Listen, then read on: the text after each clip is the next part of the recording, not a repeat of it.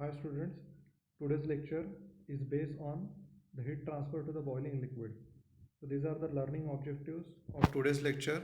So first learning objective is what is boiling process. Second is the equipment where the heat transfer in a boiling liquid takes place. Then third one is the subcooled or a local boiling. Fourth one is the saturated pool boiling. Then the effect of surface tension on a bubble formation. Then last is the pool boiling of a saturated liquid, which consisting of natural boiling, nucleate boiling, transition boiling and the film boiling. So here first we will talk about the boiling process. So boiling process are defined as the process in which the liquid start converts to the vapors. So it generally occurs at a temperature of a boiling point. So the examples of a boiling process are vaporization and the evaporation. In order to achieve the boiling or a vaporizations, generally we use the vaporizer, evaporators and a reboiler at the industrial level. Now we will talk about the subcooled and a local boiling. So in a subcooled and a local boiling, the formation of a small vapor drops takes place on a surface of the heater, which is immersed in the liquid. In this condition, the temperature of a liquid is below the saturated temperature of a liquid at a given pressure.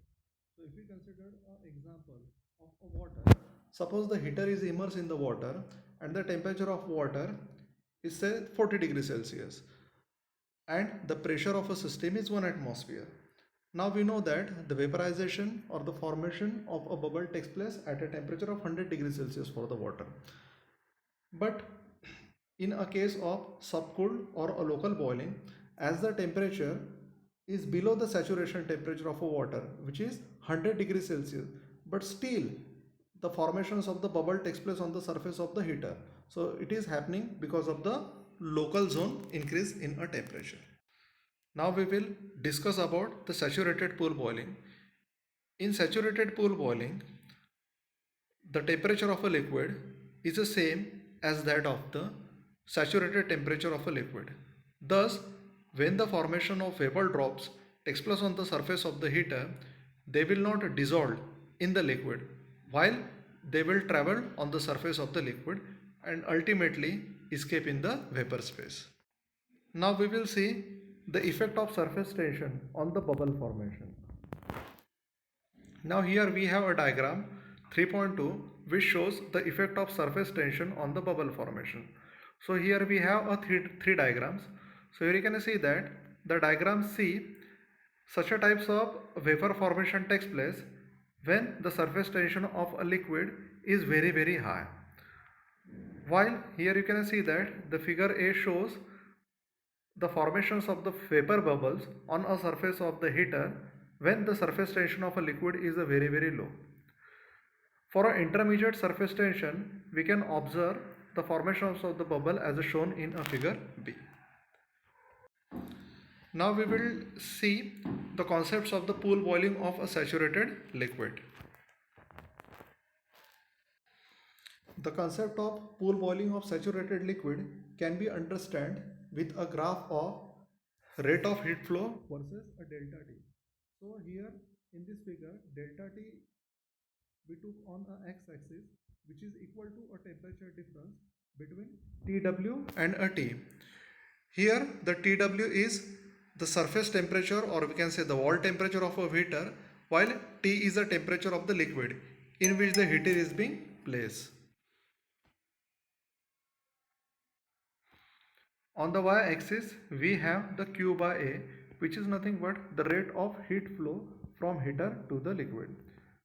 So in a figure it can be easily see the region A to B is the natural convection zone, the region B to C is the nucleate boiling zone, the region C to D is the transition boiling zone, and the region D to E is the film boiling zone.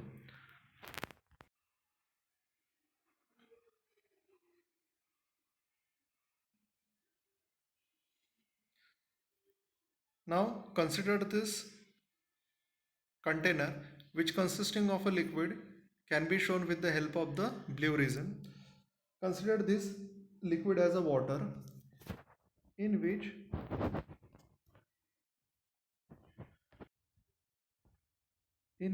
the heater is being placed, which can be shown by the yellow strip. Now consider that this water is maintained at a saturation temperature, which is nothing but the 100 degrees Celsius. Now if the heat is being transferred by this heater, then the formations of these small white bubble drops takes place on the surface of the heater. So those drops, because of the density difference, will try to move in the upward direction, and ultimately they will escape in the vapor space. So this is only possible when this liquid is the saturated liquid. If this liquid is not a saturated liquid or at a temperature below saturated liquid, in that case this vapor bubble will be dissolved in this liquid and they will not be able to escape from the liquid region. So the formations of the small regions and the motion of this small bubble from the surface of the heater to the surface of a liquid is represented by this zone AB, which is nothing but the natural convection. So if we increase the temperature of a heater, so here we can see that more bubbles formation takes place and they will move to the surface. But as the number of bubble formations are more, it causes the liquid to be dragged on the surface. Because of that, one current will set in which some of the liquid with the bubbles will move in the upward direction, while the liquid from a surface will come in the downward directions.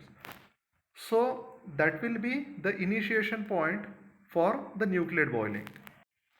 So at the nucleate boiling, which is initiated from the point B, when we continue to supply the energy from the heater, huge amount of the bubbles will form and they carry the liquid on a surface, and from the surface the cold liquid will again goes down. So this process will start from the point B and will continue up to the point C. So this process we defined as a nucleate boiling. So point C is the end point of a nucleate boiling, which represent the maximum flux, which is nothing but the maximum amount of the heat flow per unit area. We also called it as a peak flux. If we continue to supply the heat above point C, then as the huge numbers of bubbles form on the surface of a liquid, more transfer of heat causes those bubbles to adhere one another, which results in a formation of a one small film. And that's why here you can see that the heat transfer or the rate of heat transfer is continuously start decreasing from the point C to the point D.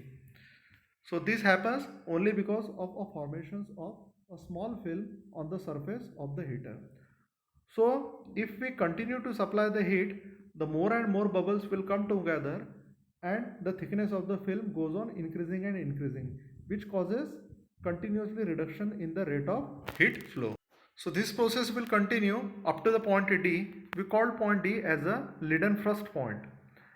But above Leidenfrost point, if we continue to increase a temperature of the heater, then the heat is being transferred by the radiation, and that's why the rate of heat transfer after the point D start continuously increasing exponentially. So in a reaction DE, which we called it as a film boiling, the control of heat from heater to the liquid is very difficult. So that's why whenever we want to design any reboiler or a vaporizer or evaporator, so we generally operate it at a point below point C.